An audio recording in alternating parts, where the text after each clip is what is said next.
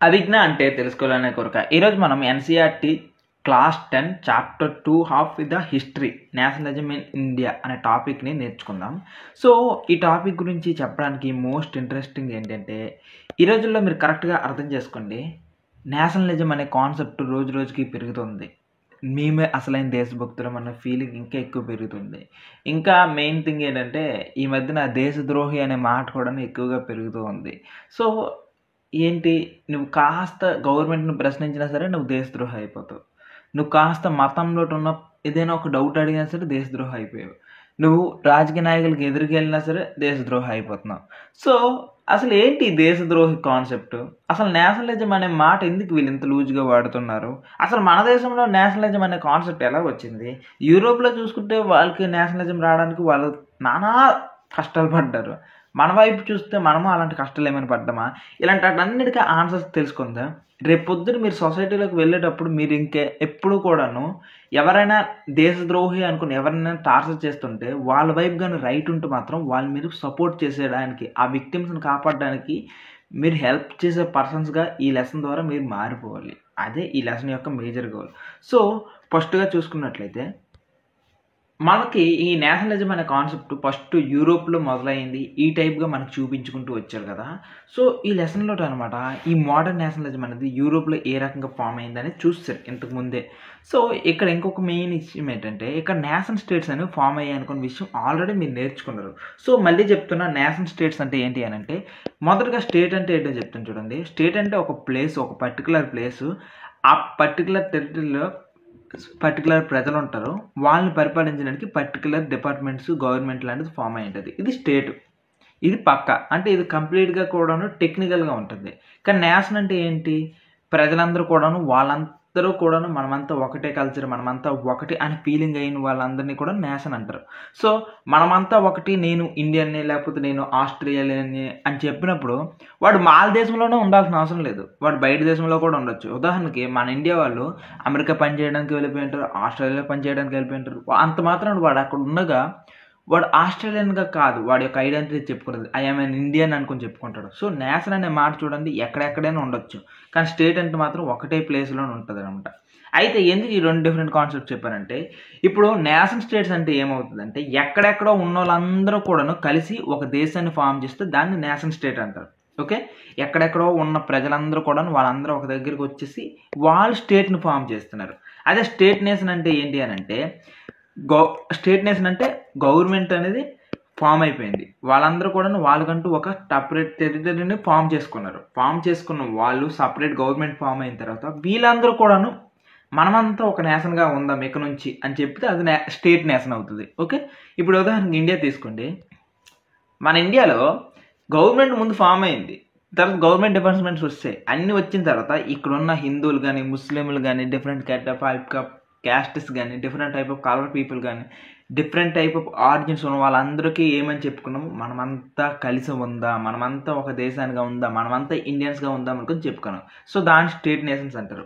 So, దీన్ని బట్టి మీకు క్లారిటీ వచ్చేస్తుంటది. ఏది నేషన్ స్టేట్, ఏది స్టేట్ నేషన్స్ అనుకుని. ప్రస్తుతానికైతే నేషన్ స్టేట్స్ అనేవి యూరోప్‌లోనే ఎమర్జ్ అయ్యాయి. ఎందుకు ఈ మాట చెప్పానంటే, మనకి చెడంటే ఏంటో తెలిస్తేనే మంచి యొక్క విలువ అర్థమవుతది. కష్టం ఎప్పుడైనా చూస్తేనే సుఖం యొక్క వాల్యూ తెలుస్తది. సో, ముందు అదేంటో చూద్దాం.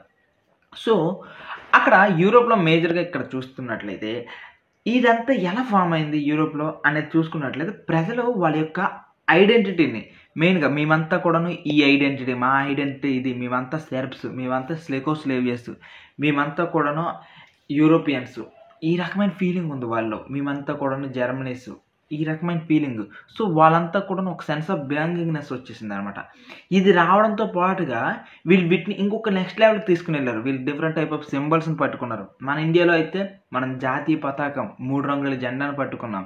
వాళ్ళు సింబల్స్ పట్టుకున్నారు. రకరకాల ఐకాన్స్ పెట్టుకున్నారు. కొత్త కొత్త పాటలు పాడారు. ఊపుండే పాటలు. మనమంతా ఒకటే అనే టైప్ పాటలు.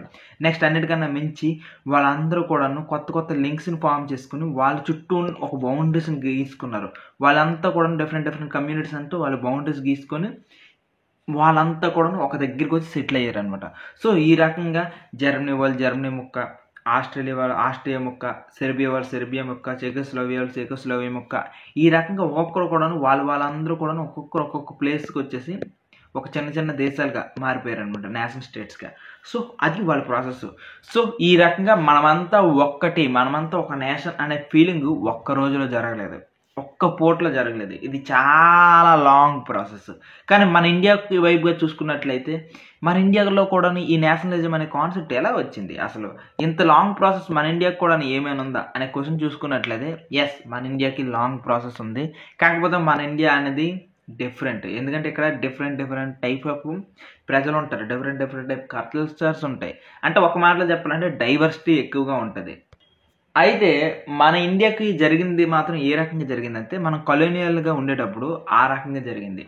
కాలనీ అంటే ఏంటి అని అంటే, బ్రిటిషర్స్ కానీ లేకపోతే యూరోపియన్స్ కానీ వీళ్ళందరూ కూడాను ఏం చేస్తారంటే, ఒక దేశానికి వచ్చి ఆ దేశాన్ని వాళ్ళ యొక్క కాలనీగా మార్చుకుంటారు. సో కాలనీ అంటే ఒక ప్లేస్, ఆ ప్లేస్ నుండి ఏం చేస్తారంటే ఆ ప్లేస్ నుండి ఎక్స్పోర్ట్లు ఇంపోర్ట్లు చేసుకుంటూ వెళ్ళిపోతారు. అయితే వీళ్ళు పాజిటివ్గా చేయరు, ఆ దేశాన్ని పీల్ చేస్తారు. ఆ దేశంలో ఉన్న మంచి మైన్స్, గోల్డ్ ఈ రకమైన పీల్ చేసి వాటిని నెగిటివ్ చేసేస్తారు అనమాట. సో అది ప్లేస్. సో మన ఇండియన్ కూడా అలాంటి ఒక కాలనీగా మార్చుకున్నారు. ఈ రకమైన గవర్నమెంట్ని కొలోనియల్ గవర్నమెంట్ అని అంటారు. సో ఇక్కడ చూసుకున్నట్లయితే మన ఇండియన్స్కి అందరికీ కోపం వచ్చింది. ఎప్పుడైనా సరే ఒక శత్రువు పెద్దవాడు అయ్యాడంటేనే యూనిటీ వస్తుంది. సో మన ముందు పెద్ద శత్రువు ఈ బ్రిటిషర్స్.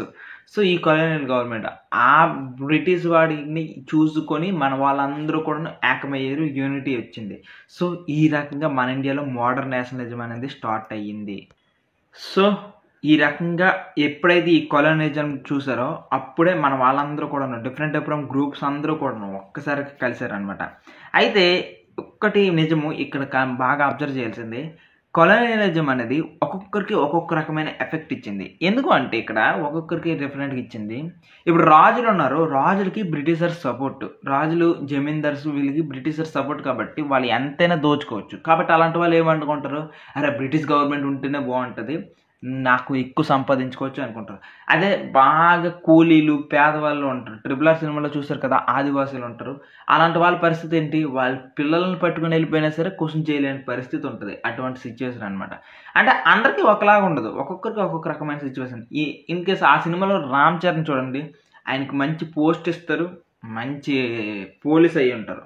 అదే ఇక్కడ ఎన్టీఆర్ని చూడండి, పరిస్థితి ఏ రకంగా ఉంటుంది, వాళ్ళకి అసలు క్వశ్చన్ చేయడానికి కూడా రైట్ లేదు. అలాంటి సిచ్యువేషన్, వాళ్ళ పిల్లల్ని పట్టుకుని వెళ్ళిపోయి వాళ్ళ కష్టం కోసం పోరాటం చేసినా లేదు. అంటే కొలోనియల్ గవర్నమెంట్ అనేది ఒక్కొక్కరికి ఒక్కొక్క రకమైన ఫీలింగ్ ఉంది. కానీ ఈ ఫీలింగ్ అంతటినీ కూడాను ఒకవైపుగా తీసుకుని వెళ్ళి అదంతా కూడా బ్రిటిష్ వారి వైపుగా కోపంగా మార్చడానికి చాలా కష్టపడ్డారు. అలాంటి వాళ్ళు బెస్ట్ పర్సన్ ఎవరంటే మహాత్మా గాంధీ. ఈ మహాత్మా గాంధీ ఏం చేశారంటే, ఈయనంతా కూడా ఒక మూమెంట్స్ జరిపేవాళ్ళు అనమాట. ప్రజలందరినీ తీసుకుని వెళ్ళి మూమెంట్స్ జరిపేవాడు. నాన్ కోఆపరేషన్ మూవ్మెంట్ జరిపాడు, సివిల్ డిసోబీడియన్స్ మూవ్మెంట్ జరిపాడు, అదే రకంగా క్విట్ ఇండియా మూవ్మెంట్. ఇలా మూమెంట్స్ని జరిపేసి ఇలా ప్రజలందరూ కూడాను బ్రిటిషర్స్ పైన ప్రొటెస్ట్ చేయడానికి, వాళ్ళకి నిరసించడానికి, వాళ్ళ దగ్గర అన్నమాట పోరాటం చేయడానికి అందరినీ కలెక్టివ్గా ఒకసారి చేశారు. సో ఇంతకుముందు భగత్ సింగ్ లాంటి వాళ్ళు కానీ, సుఖదేవ్ లాంటి వాళ్ళు కానీ వీళ్ళందరూ పోరాటాలు చేశారు. కానీ వాళ్ళకి మహాత్మా గాంధీకి డిఫరెన్స్ ఏంటంటే, వాళ్ళందరూ కూడాను వాళ్ళ ప్లేస్లో వాళ్ళు అనమాట ఇండివిజువల్గా వెళ్ళేసి పోరాటం చేసుకొని వీళ్ళ శక్తి చాలక వాళ్ళతో పోరాడి చనిపోయారు. కానీ గాంధీ తాత ఏం చేశారు తెలుసా, టోటల్ ప్రపంచం కాదు, మన ఇండియాలో ఉన్న ప్రజలందరికీ కూడాను కదిలించారు. వాళ్ళందరినీ కూడాను మనందరము కలిసి పోరాటం చేద్దాం అనుకుని అందరినీ కూడా రోడ్డు మీద తీసుకుని వచ్చాడు. అది గొప్పతనం. సో ప్రజలందరూ రోడ్డు మీద వచ్చే అంత మోటివేషన్, ఇన్స్పిరేషన్ తీసుకుని రావడం అనేది అంత ఈజీ కాదు. ఈ రోజుల్లో రాజకీయ నాయకులు మన మతం పేరు చెప్పి, మన కులాల పేరు చెప్పి మనల్ని రెచ్చగొట్టి రోడ్డు మీదకి లాగుతున్నారు. కానీ ఆ రకంగా కాకుండా ప్రజలందరినీ కూడాను మన అల్టిమేట్ మోటో ఏంటో అని చెప్పి రోడ్డు మీదకి లాగి మన అందరికీ కూడా యూనిటీ కోసం పోరాటం చేశారు. సో ఈ పోరాటంలో ఏంటైందంటే, అందరు ప్రజలు వచ్చారు కదా, డిఫరెంట్ డైవర్స్ గ్రూప్స్ వచ్చారు కదా, వాళ్ళందరిలో కూడా యూనిటీ అనేది ఎమర్జ్ అయింది. అయితే ఈ యూనిటీ అనేది ఒక్క విషయం గుర్తుంచుకోండి, ఆ రోజుల్లో కూడాను కాన్ఫ్లిక్ట్ జరిగాయి. ఎంత యూనిటీ ఉన్నప్పటికీ కూడాను మతాల మధ్య గొడవలు ఉండేవి, క్యాస్టెస్ మధ్యన గొడవలు ఉండేవి, కలర్స్ మధ్యన గొడవలు ఉండేవి. అంత ఈజీగా ఏం జరగలేదు. సో దీన్ని బట్టి మీకు ఈ లెసన్ బట్టి మీకు క్లారిటీ వచ్చేసి ఉంటుంది. ఈ లెసన్ అనేది పాయింట్ 1 యూరోపియన్ హిస్టరీకి సంబంధించిన నేషనలిజం మీరు చదువుకున్నారు కాబట్టి ఈ టెక్స్ట్ బుక్లో ఈరోజు ఈ లెసన్లో ఇండియాకి సంబంధించిన నేషనలిజం గురించి చదువుతారు. ఇండియాకి సంబంధించిన నేషనలిజం అనేది ఏ రకంగా ఎమర్జ్ అయింది అనేది చదువుతారు.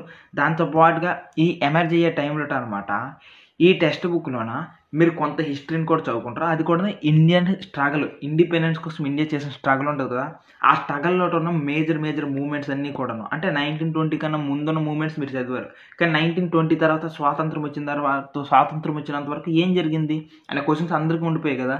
వాటికి సంబంధించినప్పుడు చాలా పెద్ద మూమెంట్స్ జరిగాయి. వాటన్నిటి గురించి కూడాను non cooperation movement, civil disobedience movement, ఇలాంటి వాటన్నిటిని కూడాను ఏ రకంగా జరిగాయి, దాంట్లో ప్రజలు ఎలా పార్టిసిపేట్ చేశారు, దాని నుండి వచ్చిన రిజల్ట్స్ ఏంటి, మంచి రిజల్ట్స్ వచ్చాయా, చెడు రిజల్ట్స్ వచ్చాయా, అన్నిటినీ కూడాను ఈ టెక్స్ట్ బుక్లో నేర్చుకుంటారు.